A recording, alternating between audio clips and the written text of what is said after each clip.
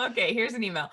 This is from Cameron Kohler. And the subject line is "The ceiling is the roof." Explained. You'll like this, Mark. Mm-hmm. Cameron writes, I'm a bit behind, so maybe you've already received an explanation for this or talked about it more in the show, but I wanted to clarify what, quote, "the ceiling is the roof" means. I also am a Michael Jordan hater, but I have enough integrity, yes, to brag, to defend him here because I actually think it was a really cool saying. He said it while standing in the Dean Dome. The roof of the Dean Dome is lined with championship banners. So the ceiling for that team was them winning it all and ending up being honored with their own banner in the rafters. The ceiling for them was the roof. It's kind of brilliant.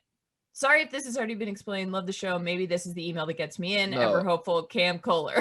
Cam, first of all, we appreciate you being so earnest. I think I actually don't know if it was the banners. I thought it was just like the ceiling is the roof of the Dean Dome is like way up there. He was like standing in a building where like the roof is. He was gonna say the moon, and then he looked up. He's like, the ceiling is the. Well, I guess there's a okay. The ceiling is there. But yeah, I know it made sense. It's just that like I think what made that moment so memorable for so many people is that it's something that all of us would say, because like we're not great talkers and we're not cool and we're not whatever. And just to hear like Michael Jordan have a moment of like wait, hold on. I need to stop you for a second. You, someone who hosts multiple podcasts, who literally talks for a living, you say, No. We're not good talkers. We're not good talkers. We're not cool. We're not. It's true. Have you ever heard us try to talk? I mean, Right. Everybody listening is like, yeah, we agree. So wait, sorry, anyway, I interrupted you about Michael Jordan. I think that's what made that point or that moment so funny in our eyes. Or so it was like Superman didn't have his cape on for a half second, and you're like, yes. That's something I would say. Like that's something goofy that I would say. And it wasn't like this is the dumbest thing ever, and Michael Jordan's a moron. It was more of like Michael Jordan is not perfect as like an entity of like a guy who can stand in front of a crowd. And I don't know, like it felt like he might have been slightly flustered. He wasn't, but the way the words came out, it's like, oh my God, is Michael Jordan a little flustered being in front of these people? I don't know. That's how I interpret it. You know what I call that? I call that a momentary short circuit, where your brain, where I feel like my brain is short circuiting, where it's like some of the wires got crossed or something didn't go exactly as planned. And I just say something, I mean, this happens to me personally at least like 15 times a day. But for someone like Michael Jordan, the whole point is that I don't think his wires get crossed. Yeah. Like right. He's very coordinated. Also though, Cam, I appreciate this email. I don't think you're right. Like I still don't think. Keep writing in. We love you. Listen to the show. You're an idiot. You're wrong. Yeah, no. You're not an idiot, Cam, but you are reaching a little bit. I do not think Michael Jordan meant anything by what he said. I think he was trying to say the sky's the limit, and he said the ceiling is the roof. I think I'm right. That should be the name of the podcast. I think I'm. Charlotte, shut up. I'm right. No, shut up. I'm right. I'm probably gonna butcher this. I'm probably right. I'm probably right. Yeah, I'll give him the benefit. I don't think he was trying to hang banners in the Dean Dome with the football team. Because don't you? If like the football team was to win a national title, don't you think you would hang it or put whatever in the football stadium? You wouldn't put it in the Dean Dome. So also, they're not gonna win one, probably.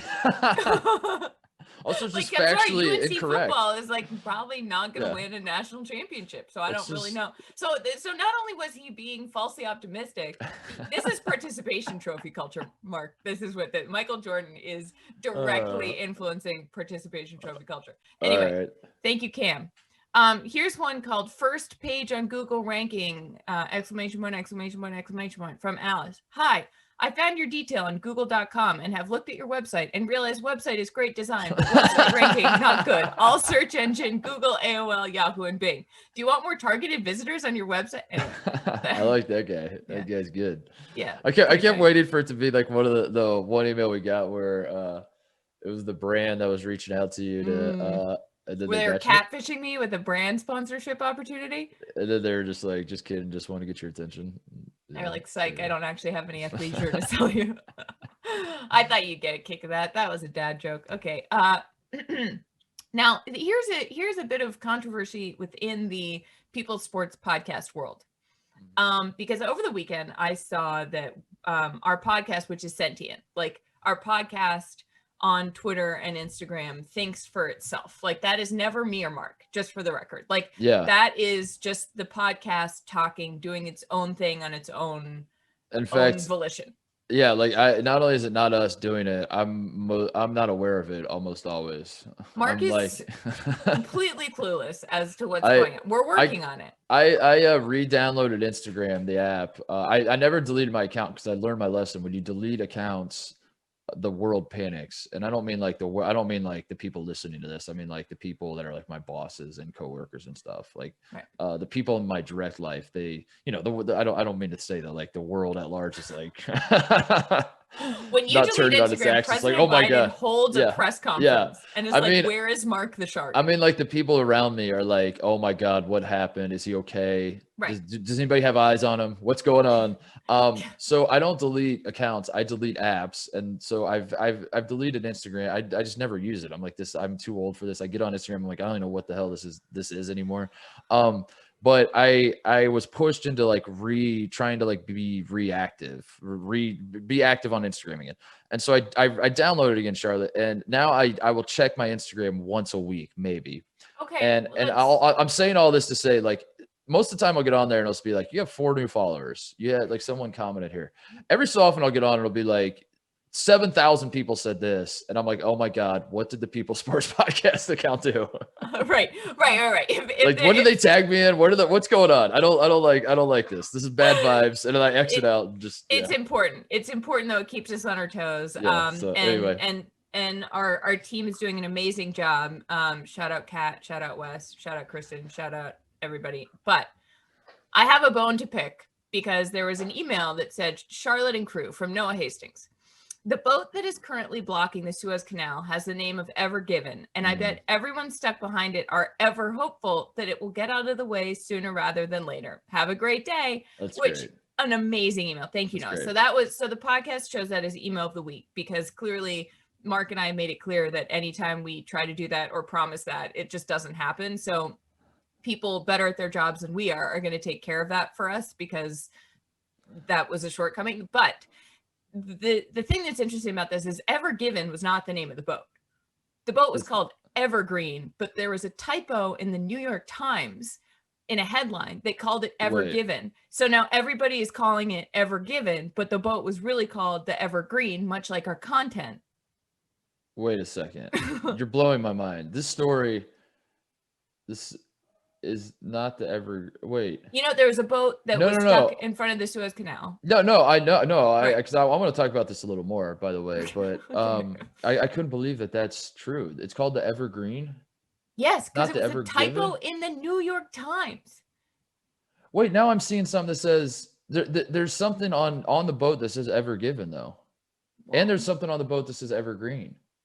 Well, what the hell? Figure it out. A boat can't have 2 names. No wonder it got stuck. All right. Well, I'm sorry then that I put Noah on blast.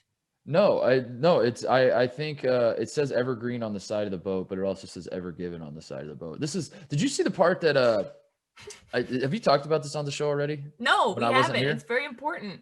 So apparently the story, the reason this has my attention is the guy driving the boat. Wait. Give me 1 second. Okay. There's a headline: Ever Given ship freed in the Suez Canal, authority confirms. Okay, so what the heck? Because it says Evergreen on it. The Ever Given? I'm just upset about this now because I was so sure that I was right about someone else being wrong, and now I'm wrong about someone else being wrong, and I feel silly, Mark. That's the Evergreen boats all have the first name Ever. Oh, so like Evergreen is like the brand. And then they're called like, or like the company. Oh. Yeah. And then they call each of the boats like Ever Given, Ever Hopeful. Yeah. There should be an Ever. I wonder where Ever Hopeful is. Ever Hopeful's at the bottom of the ocean. Oh yeah, I was gonna say Ever Hopeful sank years ago. with my when I sent that email asking for that job, that boat was just hosed. Here's an email you'll like, Mark. This is from Jason Cohen. Subject line is turning on Sister Jean. Hi, Charlotte. Call me an old man if you want. I will accept it. But I think Mark is onto something with Sister Jean. I mean, think about it. Why does no one know the players' names on Loyola? It's because Sister Jean is taking all the spotlight from the players. He might have lost the Brad Stevens battle, but Mark did manifest me turning on Sister Jean.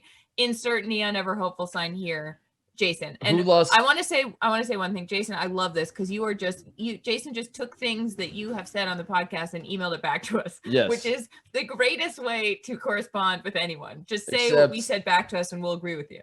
Except that I lose the Brad Stevens battle when they took him off the board in Vegas. I think people are missing that part. Oh my God, I'm not talking about how you actually won this again, but I'll give it to you. I took him off the board in Vegas. So okay, you got the lowest possible denominator of win from that one. I'll give you that.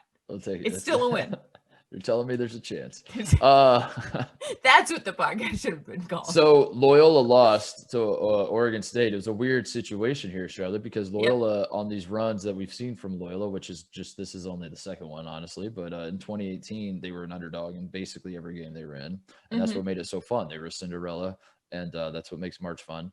This year, same thing. They were an 8 seed. So I think in the first game they technically weren't the underdog, but it's Loyola versus Georgia Tech. Georgia Tech's a power school. They had the ACC Player of the Year, who actually didn't play in that game, but whatever. So going into that game, they weren't underdogs, but to the general public, they were probably like, wow, Loyola, the small school versus the big school, whatever. Then they beat Illinois. So the whole point is going against Oregon State. This is the first time we've ever seen Loyola in a position where they are very much the hunted. The overdog. Yes, they were the overdogs. And what happened was very early in this game, Charlotte, Dana Jacobson, who was working with CBS doing the game, tells us that Sister Jean is not alone in this game against Oregon State, because there's a guy in Beaverton. That's where Oregon State is? It's Corvallis. Beaverton this is really confusing about Oregon. Beaverton is where the Nike headquarters is, but Nike is tied with Oregon. And they're not so much. And Oregon State are the Beavers. And Oregon State are the Beavers. It's in Corvallis.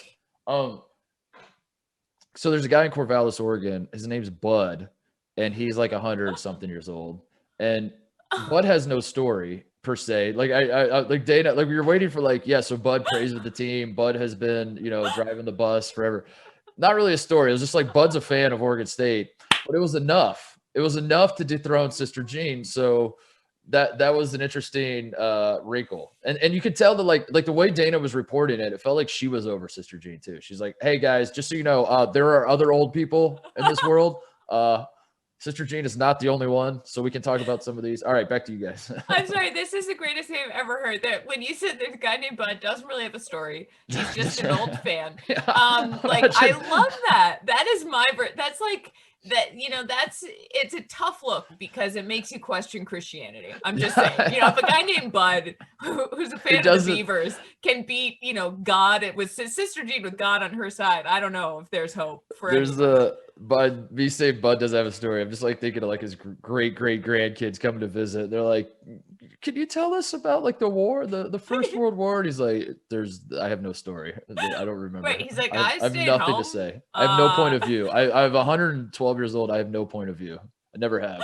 That's incredible that they, I feel like there's some Oppo research on Sister Jean where someone sent someone out to Oregon and was like, find an old person quickly. And they were like, here's Bud. And they're like, perfect, say no more. We're putting him on the broadcast. I think it'd be funny if Bud was just a very sinful man with a lot of vices. And it's he's I don't pray for the team. In fact, I do shots before every game. I'm ripping heaters. I'm, I gamble on every single one of these games. I'm trying to get the boys to fix the game. They won't listen to me. And I have to tell you, when you said Bud, I imagined a guy decked out in Oregon State gear, sitting in a 1950s version of a man cave when people had full on bars in their basements, with holding one of those cans that Don Draper drank in Mad Men, where there's no pull tab. You have to use an actual can opener. And just smoking cigarettes in his house, just does not care. The wallpaper's falling off because the years of the smoke is deteriorating. And he's not wallpaper. Even really an Oregon State fan. Yeah, he'll watch the games, but he doesn't really care. He was a janitor at the school for 4 years one summer. 4 years one summer. That doesn't make any sense. 4 summers in a row when he was in high school or something. And that's his connection to the school. Wait, did they have footage of Bud? Did they show Bud? I think they showed pictures of him. He wasn't in the arena. He was back in Oregon, so we didn't get a live look at him. Wow, we're gonna call this podcast Bud. This Bud's for you. Bud's story. Okay, here's one. This is an email. I'm gonna be honest. I don't I'm actually, this is from Zachary Stadler, and the subject line is not L's. And he said, Charlotte, I have to disagree with your L's from the honorable mentions pod this week. Mm-hmm. Which, and I don't understand quite what's going on here because the grammar is a little funky. He says, Twitter Okay, is... all right, relax, Charlotte. We No, get well, it. no. You played squash at Dartmouth. We get Okay. it. All right. Not everyone Zip can it. speak with the Zip it, queen's Titus. tongue like you can. Jesus. I just mean, tell me if you understand what this email means. He says, I disagree with your L's. And then he says, Twitter is the worst. We all instinctively knew it in the beginning, and somehow we got brainwashed into buying in. And this, I'm just reading this because he says something nice. He says, I consume your wonderful content through podcasts and the Fox Sports app. I'm out on the socials. Don't miss them. So I don't understand quite how that's... He's saying when you said you were never going to join, in his mind, you said, I'm never going to join Twitter. And he said that was right all along. And in your mind, he says, you said that that's an L because you ended up joining Twitter. And he's saying, no, you were right. Well, the wrong move was that you joined Twitter. I don't know. You know what I mean? Like he's saying your declaration that Twitter sucks and I'm never going to do it was right all along. And just because and then we got Twitter, brainwashed into it. Yes, just because you joined it does not mean you were wrong. It just means that you were wrong then by joining it. Okay. Oh, now I understand the email. Okay, so then he goes on to say, I still use a BlackBerry, Android. I'm not that behind because the keyboard is the best. Yes. He says, I still use a separate music player because I want all my music with me and it bogs down my phone. Otherwise, yes, it's two things to carry instead of one, but I have a wallet case for the phone, so it all evens out. And then he says, as for the COVID, I believe history will argue forever about whether destroying 2020 for everyone actually saved lives, which is where I get a little out on this email. It gets a little COVID truthery. COVID is real. I think we did the right thing by trying to... I'm sorry, what? How is that relevant though?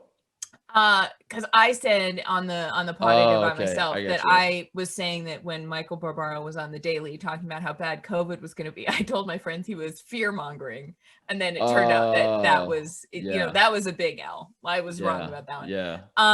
Anyway, well, then I won't kill that guy. The guy's just trying to.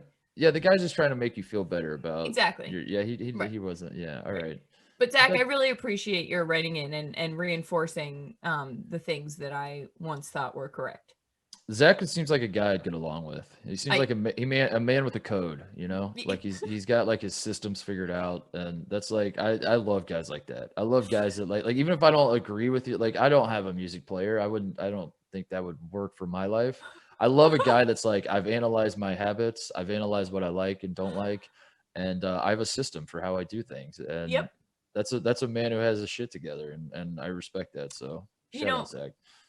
My dad takes that to the extreme, to the point where he has a system for how to load the dishwasher, and if you put the knives in the wrong place, he will move them, so the next time you open the dishwasher he has reorganized the dishwasher. Yes exactly. Good for him. That's I would get along with your dad as well. It's really good stuff. Okay, here's an email from Tyrus Cobb, which is a cool name. He says, subject line, coping with turning 30. Charlotte and maybe Mark, depending on how funny I am in this email. You made it, man. You made it. You made the cut. As someone staring down the barrel of turning 30 later this year, coping mechanisms are key to getting through it. I've had a few stray grays for years now, but just a month ago I got my first gray beard hair, so it's been rough. My top 5 keys have been calling myself 30 since I turned 29 so that the shock isn't that bad. He does the opposite. Like a lot of people say I'm 29, like as a 35. He's like, Ty's like easing himself into it. Yeah. He says, looking at athletes who won MVP in their 30s. That's good. All right. Yep. Leading into it by overparenting my dogs. He says getting engaged, and then parentheses, just kidding, I was totally going to do that anyways. I hope your fiance doesn't listen to this. He says, you're going to be in that doghouse you made for your dogs. He says, installed a nice basketball hoop in my driveway so that I can pretend I've, quote, still got it. Love, Ty. Dude, that's, you want to talk about men with a code. Like if any man that's like in his 30s or 40s that just goes and gets up jump shots just at his leisure, I respect the hell out of that. Shout out Ryan Russillo. That feels like a Russillo move. That he just like go to Venice Beach with a basketball and like not even try to play pickup. He's like not trying to get into the game. He just wants to like just sit on the side and get some jumpers up. Russillo definitely has a hoop in his driveway. Yeah, yeah, it's like a slanted driveway, and it's Yeah. like it's a deal where like you can't like dribble at all. But he's like, I don't need to dribble. I just want to just get some jumpers up. Perfect. Great. Um, Uh, yeah, this is this is all good. Turning 30 is I think he's on the right track. I think but I will say like I turned 34 this year, and mhm. in a lot of ways my 30s I'm not the first to make this observation. In fact, it's become kind of a cliche, but I do think like 30s or 20s with money. I really do feel Yes. that way. I could not. I do. I've said this last week. Turning 30 was the best day of my life, and It's now awesome. every day since, I'm like, I don't care what you think. I I'm I d 32. The only thing that makes me feel like old, I mean, like obviously like my interests don't align. Like I turn on the Grammys and I'm like, what the hell is this? And I turn it off right away. You've Like, always been but like I've that. That always doesn't been have that to do with way. Yeah, age. that's what I'm saying. The only things that make me feel like, wow, I might actually be getting old is like every so often my body hurts a little bit, but it's not because I'm old. It's because like when I was young, like when you're young, I don't know, not everybody, but like I was playing sports and like working out all the time. Like I was Right. not a great athlete, but like I was lifting weights 3 times a Mark, come week, on. and You were a great athlete. you know what I mean, though, Charlotte. That like Yeah. now it's just like, yeah, of course my back, like even the pains of getting older is like my back will hurt if I lay in bed all day. And it's like, Right. yeah, of course. I Like also maybe don't think be a that lazy. if You we were trying a little harder, like I get the newest thing I have is this weird thing in my toe where like my toe Yeah, will hurt when I go for a run, and I'm pretty sure it's connected to my hamstring somehow, but I'm too yeah. lazy to stretch, so it just doesn't get better, and I'm like, well, that's on me. I don't think it's getting. I guess my point is I don't think it's that because you're older. I think it's because you've let your habits go, which I like agree. it might That's what go I'm trying hand. to It say. goes hand in hand. But I'm saying there is hope that like if you're someone that's like I don't want to be sore, like all you have to do is just kind of like take care of your body throughout Yeah, your 30s and 40s, and you'll probably be listen, fine. 70-year-olds run marathons. Exactly. Exactly. So you're So there fine. you I go. guess what we're trying to say, Ty, is that you're golden. we went from Ty's about to turn 30 to now you're like when you're 70 and like you're really scared of him. He's like, oh my god, I didn't even think about that. Right. Ty's like, oh God, goes into an existential crisis immediately. Okay. Here's an email that I love. Pronunciation of tournament. David Vine. Hi, Charlotte. And I guess Mark too, even though I know he isn't reading this. I just wanted to comment that this time of year, I continuously get made fun of for my pronunciation of tournament, which is exactly how Charlotte says it. I'm from northern PA/upstate New York, not an area particularly known for having weird accents, but apparently this is a word I cannot say correctly. So wanted to give a shout out to Charlotte for saying it exactly like I do. Tournament. I'm trying to say it. Tournament. You can't even do it. I can't. He then Tournament. says thoughts and prayers for Mark's Buckeyes, and Charlotte, please become a Villanova fan. You don't have to drop Virginia, just adopt both. Virginia and Nova are friendly rivals, siblings who like to argue about who is the best looking coach in basketball. Jay Wright is obviously better looking, but Tony isn't too far behind. Friend of the program, Dave. I love it, Dave. I love it. Tournament. I don't. You don't really. I don't really feel like you have that bad of an act or bad. That's. You don't talk horribly, but you don't have that strong of an. I don't notice you say that many weird words, but I think that's why I noticed tournament when you're like, what time is the tournament? I think it's funny that you say tournament. Tournament. We need to do a poll. Can we do a poll? How do you do a poll on Twitter if you don't have like because Social West and producer Cat, can you guys help us out and do a poll and say how do you say tournament or tournament? Tour. But like I don't know how you would show the pronunciation of those. You know what I mean? I think you do it by TER-nament. TURR. TORE-nament. Tournament or tournament? Yours sounds like it has like 3 W's in it. It really does. It sounds like you're trying to whistle. It sounds like you're trying to whistle. Tournament. What if I just like? It does. Tournament, America. This is America, and we play tournaments. This podcast inevitably. Why? Like we devolve into we just make noises. It's just like strange noises. That's what we've come to. Okay, well that's the last email, so I guess we are right on schedule. Hey pals, thanks for watching the People's Sports Podcast YouTube channel. For more of mine and Mark's very weird rabbit holes, stick around, watch more. You can subscribe, smash that subscribe button. You know you want to. We're going to give you all the weird stuff we possibly can.